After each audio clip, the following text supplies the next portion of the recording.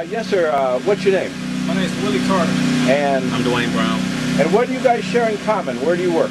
We're the military station at Fort Hood. Okay. And it seems to me I've known you guys for 3-4 years at least. You've been coming and riding with Ride Smart. And what do you think about Ride Smart as far as, let's say, other people in the military?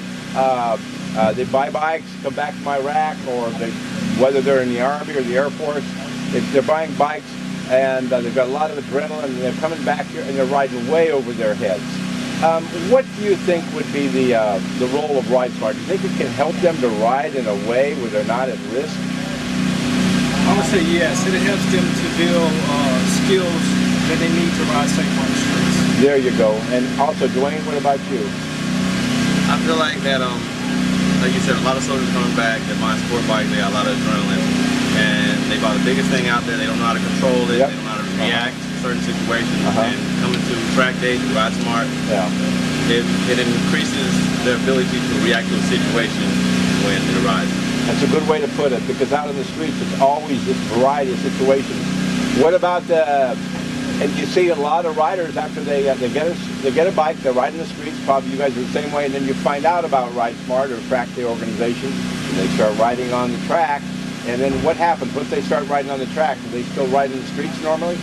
No, you kind of want to get to the tracks because the track, really, they seem more safer. You don't have cars, you don't have branches, you don't have animals running the street, so it's more of a controlled environment. Right. So it feels a lot safer to ride.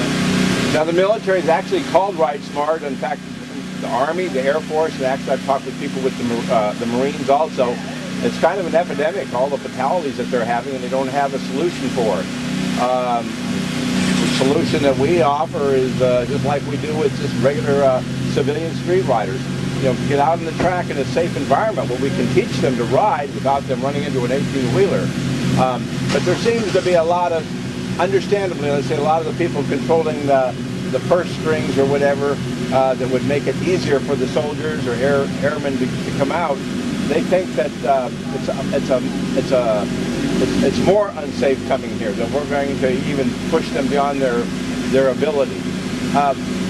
To someone like that, do you think it would be wise for them to help, you know, the soldier to come out, pay for a track day, which range between what, $100 to $150?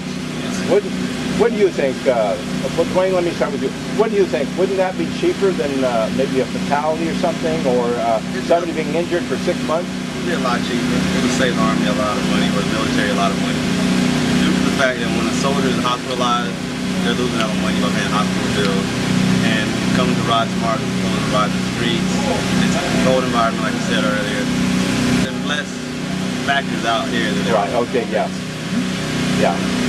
And so what would you surmise? Do you have any idea what it would cost, let's say, to have somebody in the hospital for 6 months? What's that going to cost the Army or the Air Force? Well, you know, when you look at cost and productivity, because we have missions, as well as the Army Air Force, we have missions we have to do. When that soldier's gone, someone else has to pick up that role and carry his role. So it necessarily doesn't cost a lot of money, but it slows down our tempo where we can't conduct missions like we need to. Right.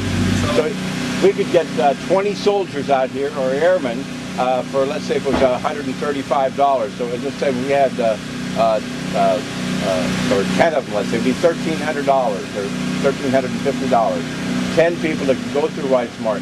Seems to me that would be a bargain for the Army, the Air Force, to get them out here, get them under proper training, proper instruction with people. This is what we do for a living.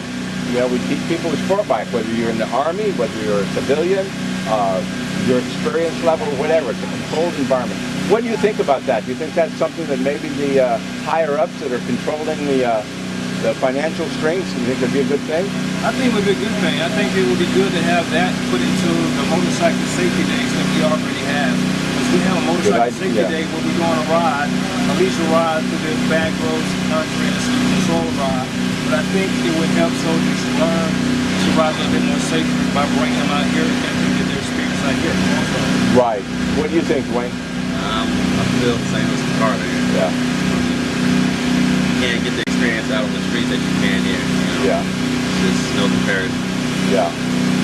Well, I want to thank both of you. I hope maybe some good comes of this. Somebody listens to this will, maybe take a step forward and try to spend a little bit of money and then see what a great return there is on it, and keeping the guys around alive and getting them into an environment where they begin to respect the equipment, respect speed. They're not out there just trying to teach themselves at 110, 130 miles an hour, because we know a lot of them get out there and speed in unsafe places. So I want to thank both of you and everything for the interview. I appreciate that. And you guys have a great day tomorrow. We will. Okay, bye-bye. Looking forward to it.